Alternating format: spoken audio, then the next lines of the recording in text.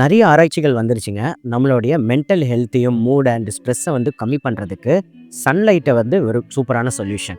So இத வந்து எவ்வளோ நேரம் எடுக்கணும்னு பார்த்தீங்கன்னா, காலையில ஒரு 10 நிமிடங்களாவது சூரிய வெளிச்சம் நம்ம கண்ல படுற மாரி பார்த்துக்கோங்க. பிகாஸ் நம்ம கண்ல மெலனாப்சின் அப்படின்ற ஒரு விஷயம் இருக்குங்க. ஸோ இந்த நர்வ்ஸ் என்ன பண்ணும்னா, அந்த பிரைட் லைட்ட எடுத்து நம்ம பிரெயினுக்கு சிக்னலா அனுப்புது.